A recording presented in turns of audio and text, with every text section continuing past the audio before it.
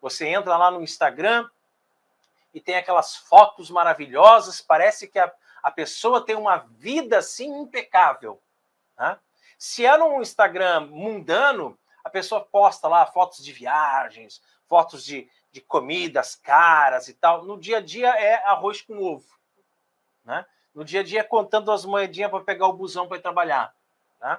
Se é num Instagram católico ou evangélico, enfim, é uma vida de santidade. Nossa, a pessoa só faz coisas certas, está no caminho de Deus. Você olha, esse aqui é um santo em vida. Né? Mas você não sabe no dia a dia da pessoa, com a sua mãe, com o seu pai, com seus irmãos, com sua esposa, com seus filhos, como é que essa pessoa é, como é que essa pessoa age. Né? Então, todo mundo tem uma máscara na internet, né, de vaidade e de soberba, de arrogância. Né? Em meio a um número quase que infinito de posts, né, está muitas vezes a incansável competição por curtidas e compartilhamentos que não leva a lugar nenhum. Não leva a lugar nenhum. A gente aqui vê uma postagem do padre Paulo Ricardo, a gente vê uma postagem do padre Leonardo Wagner, que são dois sacerdotes que a gente segue com bastante frequência, e uma postagem dos Cooperadores da Verdade. A gente compartilha as postagens, a gente divulga, porque, afinal de contas, é tudo para evangelização, não é verdade? Mas a gente sabe que tem católicos que estão nas redes sociais evangelizando, mas que de jeito nenhum eles vão compartilhar um vídeo, um post do apostolado católico da família Reimann, porque existe ali uma rixa, existe uma competição para ver quem vai aparecer mais, para ver quem vai ter mais curtidas, mais compartilhamentos. Então, meu amigo, desculpa, mas você já não é católico faz tempo, não se deu conta disso, né? Porque a gente está aqui para evangelizar, a gente não está aqui para competir com ninguém, né? Bom, depois de examinar a soberba, considerada por São Gregório Magno como a rainha dos vícios, não é verdade?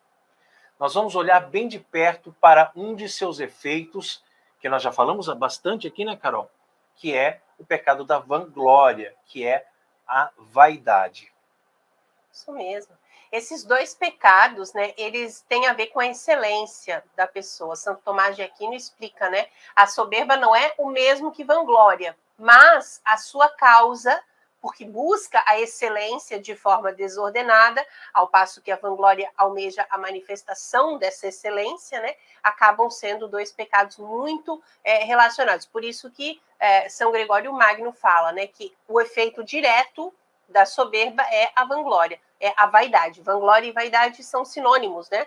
É praticamente a mesma coisa. Então, a gente precisa entender o que é essa manifestação da excelência, né? Santo Tomás de Aquino vai nos explicar no capítulo da Suma Teológica, que ele dedica inteiro ao pecado da vanglória. Ele fala muito sobre isso, né? Ele diz assim, considerando o desejo da glória como um pecado, a glória significa um certo brilho, certo? O brilho tem uma certa beleza que se manifesta diante de todos. É a razão pela qual a palavra glória implica a manifestação de alguma coisa que os homens acham bonita, quer se trate de um bem corporal ou de um bem espiritual. Então, a gente pode descrever simplesmente assim. Primeiro, existe a excelência de um indivíduo, ok? Quando os outros reconhecem essa excelência, então acontece uma reverência, certo? Quando se manifesta externamente, inclusive é chamada de honra, né? As pessoas honram aquele ser humano ali. Então, por sua vez, a honra vai resultar na glória. A glória, ela faz resplandecer a excelência daquela pessoa. E quanto mais aquela pessoa é glorificada, mais brilha a sua luz diante dos homens. E mais se está obrigado por justiça a reverenciar esse indivíduo, não é mesmo? Então, quanto mais brilha a luz dele, quanto mais, né, a reverência dele é manifestada, mais a gente está obrigado por justiça a reverenciar. Então, é um ciclo que por si mesmo não tem nada de vicioso. Santo Tomás de Aquino fala que isso não é, o pecado não está aí. Não é pecado desejar que as boas obras sejam aprovadas pelos outros, certo? Não é pecado a gente desejar que a nossa estrela brilhe, como diria, né, como a gente está falando aqui, né, nessa questão Santo Tomás de Aquino fala, né, esse brilho, né, o brilho tem uma certa beleza quando ela se manifesta diante de todos. Não é pecado. Desde que esse brilho seja para dar maior glória a Deus. Exatamente. Né? O problema está justamente no apetite dessa glória vã. Né? E esse apetite de uma glória vã, ele pode acontecer por 3 razões.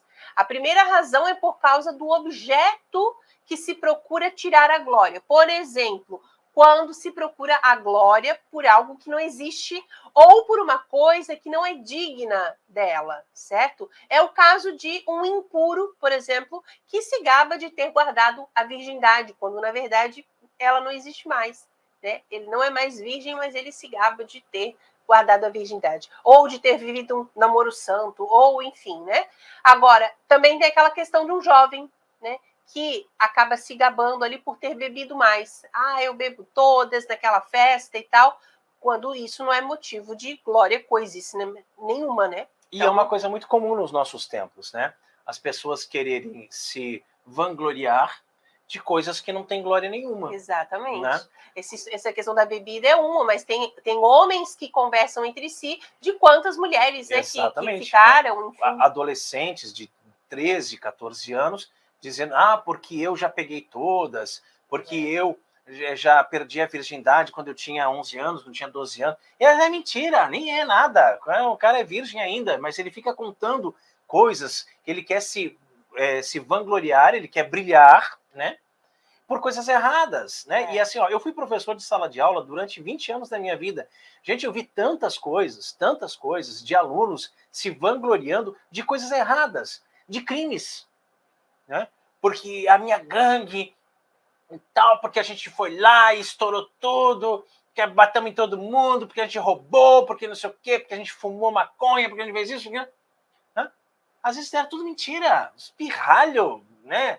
Desculpa a expressão, lá no Paraná a gente chama piada de bosta, né? Os piada de bosta não fizeram nada, né? Mas estão ali se vangloriando de coisas que são erradas. Se vangloriar do pecado, se vangloriar do erro. Do objeto, né? Então, Santo Tomás, ele fala, né? O problema da vanglória está justamente em você querer tirar a vanglória de um objeto que não existe.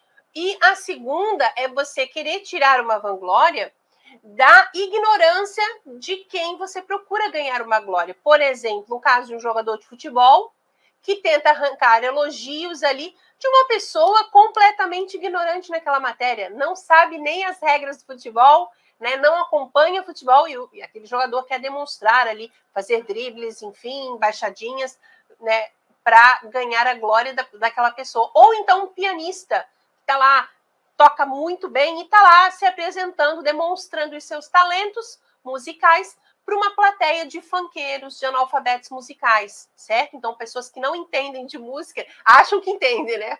Mas não sabem nada de música, e o pianista lá está tentando, né, se aparecer, ser reconhecido como o tal, né? Nossa, como ele toca bem e tal, e as pessoas são ignorantes naquela matéria.